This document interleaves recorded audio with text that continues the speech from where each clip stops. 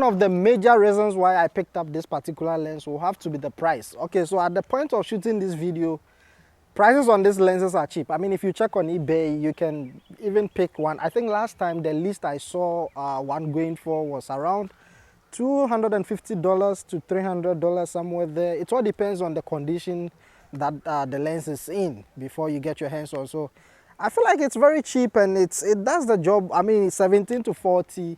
The 17 might not be the widest if ever you are using an APS-C sensor camera, but if ever you are using a full frame camera, I think the 17 is very, I mean, for an option. You're going to love the focal length of the 17. And 40, it's not the best. I mean, I'm not gonna say it's a telephoto or a zoom lens, but 17 to 40 seems to be the perfect spot when you pair this lens on a full frame body. Normally with the crop sensor cameras, you have to times it by 1.5 or 1.6, so that will have to be a little bit of a downside, but that's not the end of the world, because the major advantage of this lens is it is an f4.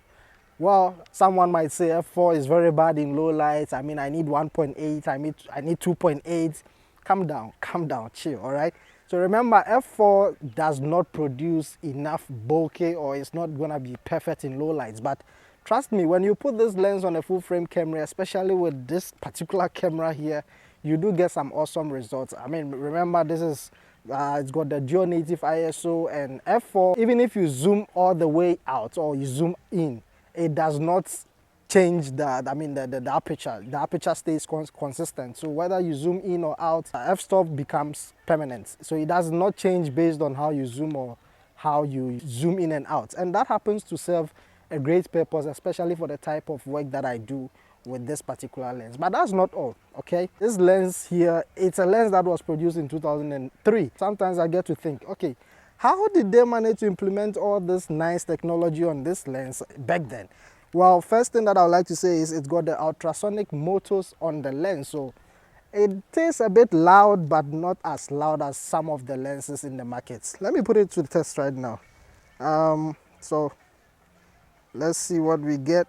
My battery is about to die, so I just hope I'll be able to flip. My battery is dead, so apologies about that. I was going to display how the autofocus performs whenever you try to focus with the camera. Another nice part is, no matter how you zoom in or out, the lens does not extend, and that is something that I like about this lens, because you can take it to 18 all the way to 40 and the lens will not even increase in size. This is going to be very handy, especially if you are using it for gimbal works or serious production where you don't have to rebalance your gimbal or any accessories whenever you zoom in or out. Whether you zoom in or out, everything still remains the same. It does not extend in length, which is very nice, and I think I'm quite loving this particular lens so far. So right now it is a pity because my camera is dead. I forgot to charge it, apologies.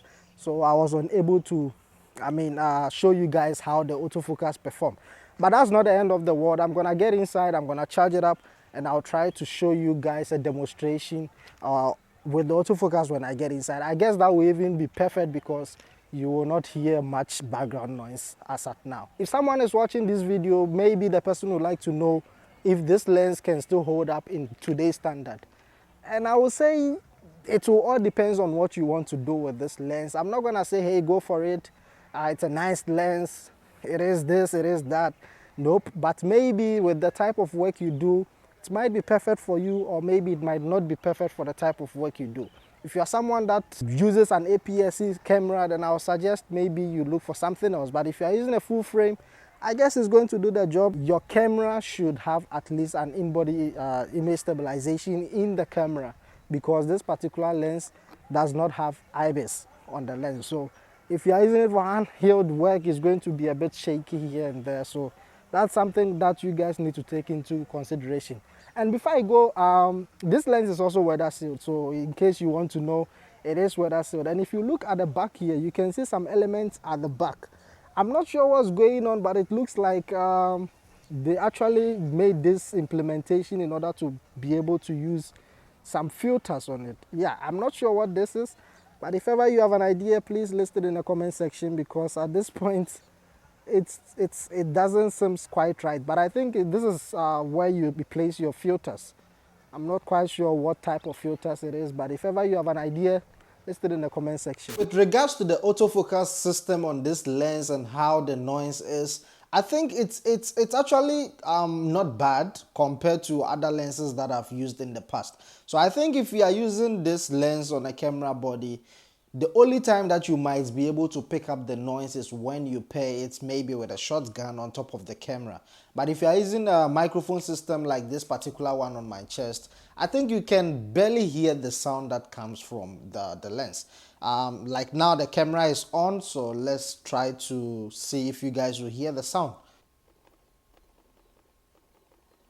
So that's ke ke ke ke ke ke is the sound that it makes. Like I said, if you are using it with a shotgun microphone, I think you're going to get the noise. But if you're using it with this type of microphone that I got with me right now, then I think you can hardly hear the noise. So to summarize everything, this lens is very powerful. It is a great lens. As long as you are someone who does not rely on image stabilization, then I think you should be good to go. If your camera does not have any inbuilt stabilization, then it is going to be a little bit of a problem because you're going to get some handshake, especially from 17mm because it is the widest. So I got the 24-105 here, and in comparison, you guys can see how the two lenses look. So I think the 17-40, it's smaller, but the weight is not also that much of a difference, but this one is definitely heavier.